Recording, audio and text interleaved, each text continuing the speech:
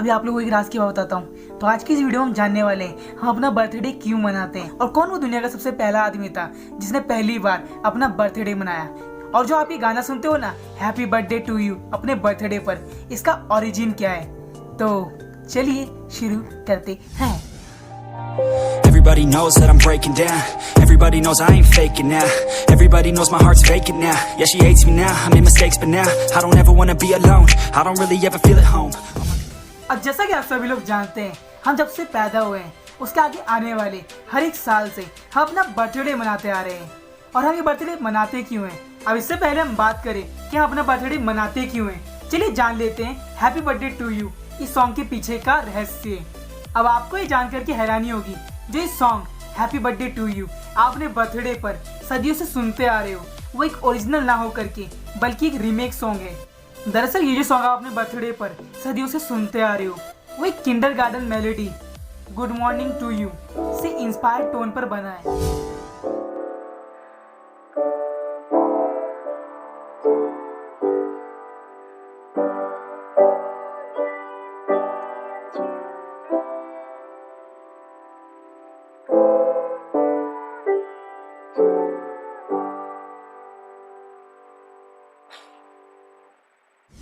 जो कि लिखा गया है दो अमेरिकन सिस्टर्स के द्वारा, जिनका नाम है पेटी और मिल्ड्रेड हिल, जो कि 1893 में लिखा गया था और जिसको 1911 में बदल करके happy birthday to you song में लिख दिया गया।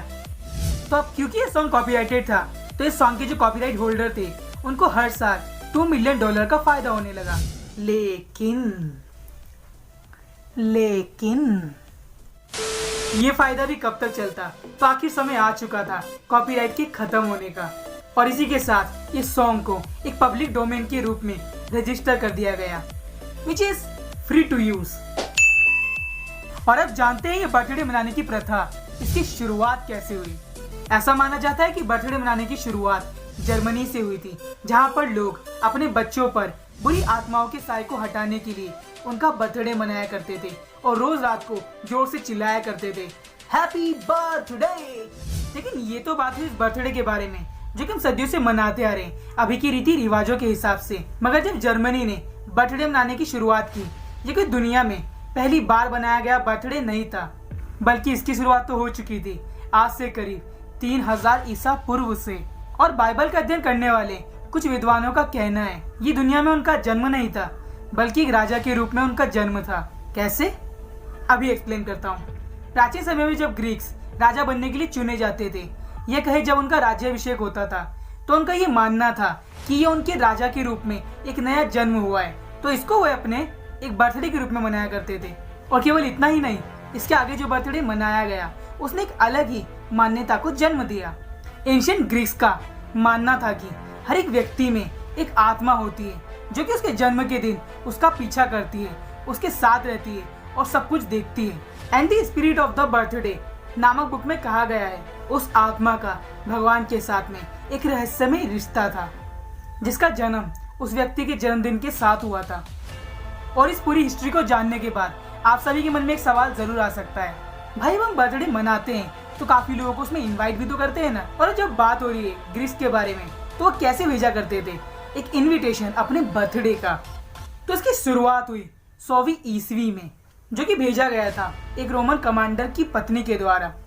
अब क्योंकि कागज अभी तक उपयोग में नहीं थे, इसीलिए इनविटेशंस को स्लैब्स पर लिखा गया था। और अब अंत में ये वीडियो आपको कैसी लगी ये हमें कमेंट करके जरूर बताइएगा। और ऐसी ही जिज्ञासापूर्ण वीडियोस के लिए सब्सक्राइब कीजिए वाईटी जिज्ञासा चैनल को, क्योंकि मैं ऐसी जिज्ञासापूर्ण वीडियोस आपके लिए हमेशा लाता रहता हूँ। Thank you.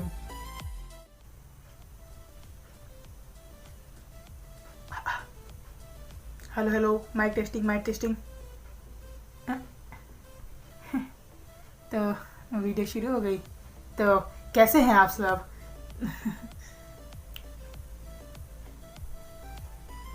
हेलो एवरीवन, आपका बहुत बहुत स्वागत है वाईटी जिज्ञासा चैनल पर। तो चलो शुरू करते हैं। हाय